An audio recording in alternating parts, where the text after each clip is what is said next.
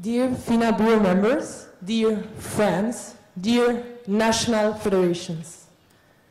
To follow up from the presentation of Mr. Peremiro, director of the IOC Solidarity yesterday, I'm going to explain the different IOC Solidarity programs available through the IOC Solidarity. And I would like to say that I'm really happy to do that because I think that the opportunity the IOC Solidarity offers is incredible. And a lot of federations are missing this opportunity because they don't know about it. During my presentation, I will cover the following points. Firstly, we will see what kind of support and benefit you as a national federation could get from these programs. Then we will discuss the current situation and the steps to apply for a development program. What kind of support can your federation get from the programs? Firstly, you can get postgraduate education and training courses for your coaches. Second, athletes and training teams for a specific competition. And third, expert consultant in administration to improve the national sports structure of your federation. These three different supports will bring the following benefits. You can get financial support from the IOC Solidarity, experience and exposure. You can get knowledge and expertise as well. For example, an athlete will gain financial support, knowledge, and exposure. A coach will gain knowledge, experience, and expertise. And a national federation will gain financial support, knowledge, and experience. So, right now, the current situation is that we are ending the quadrennial plan from 2009 to 2012. We are starting a new 4-year plan. New programs will come up from 2013 until 2016. IOCs are supposed to organize meetings with the national federation to inform them about the new programs. And we need you to be proactive and aware of the meeting with your national Olympic committees. And this is why we are going to explain to you how to apply for these programs. In order for you to easily understand the process, we have divided the procedure in 4 steps, which we will discuss in detail later. You will see who the stakeholders involved are in each stage, and this will give you as well a general overview on the application procedure. So the first step, it's the national federation who is involved. The second step is the National Olympic Committee who is involved. The third step is the IOC Solidarity with FINA who is involved. And the fourth step is the follow-up and implementation of the program. Let's go then to the first step.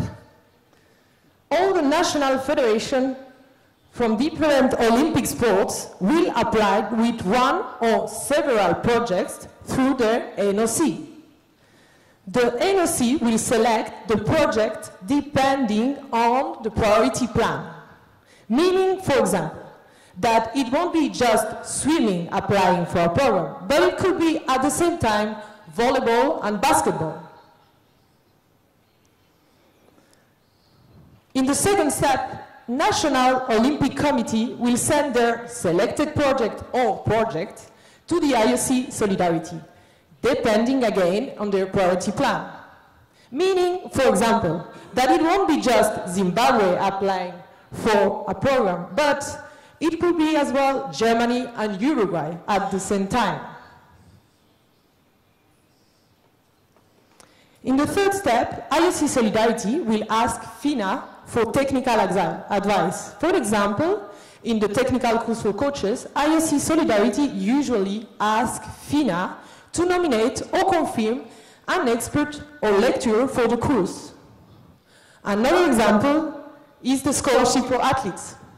IOC Solidarity asked FINA to confirm the level of the swimmer for the scholarship. And FINA checks with the FINA ranking department and the FINA anti-doping department if we could support the swimmer nomination. In this respect, FINA has an advisory role, and the final decision is made by the IOC Solidarity. Fourth step, but not less important, is the follow-up and the implementation of the program. National federations are kindly requested to submit their relevant reports, that means technical and financial reports, to the NOCs shortly after the end of the activity. This will help the NOCs to forward the report to the Olympic Solidarity in due time. This is very important because the IOC Solidarity and FINA will use the feedback to improve future development programs. As well, you have to know that your NOC have two ways to receive funding. The one that we just explained, that are the work programs, and the second one are the continental programs. And in this case, your NOC will apply through one of the continental NOC. These two kinds of programs do not duplicate. They are complementary. So the FINA advice is, we want you to be aware of the opportunities offered through the National Olympic Committees, but also of the limitations. Olympic Solidarity doesn't have funds for each of the NOC and each of the programs. We're sorry about that. Then you should target maybe one area. You should go for coaching to high-level athletes or to youth athletes. You should as well have clear objectives. And as well, you should think in long-term projects. That will help you to convince your NOC to choose our aquatic sport. One thing, sure, you should be proactive and maintain good relation with your NOC. You should make them understand your needs. Let me now ask you one last question. Does anybody know who is this swimmer? Okay. So this is Mrs. Alphonsine. This young lady is a swimmer from Rwanda. She's 15 years old. She got a scholarship from the IOC Solidarity to train for a year and a half in France, in the center of Le Havre. And this summer, she competes for the first time at the Olympic Games in London. I just think that it's a wonderful message that FINA and the IOC Solidarity are sending to the federations, that one day it might become true for one of their swimmers as well.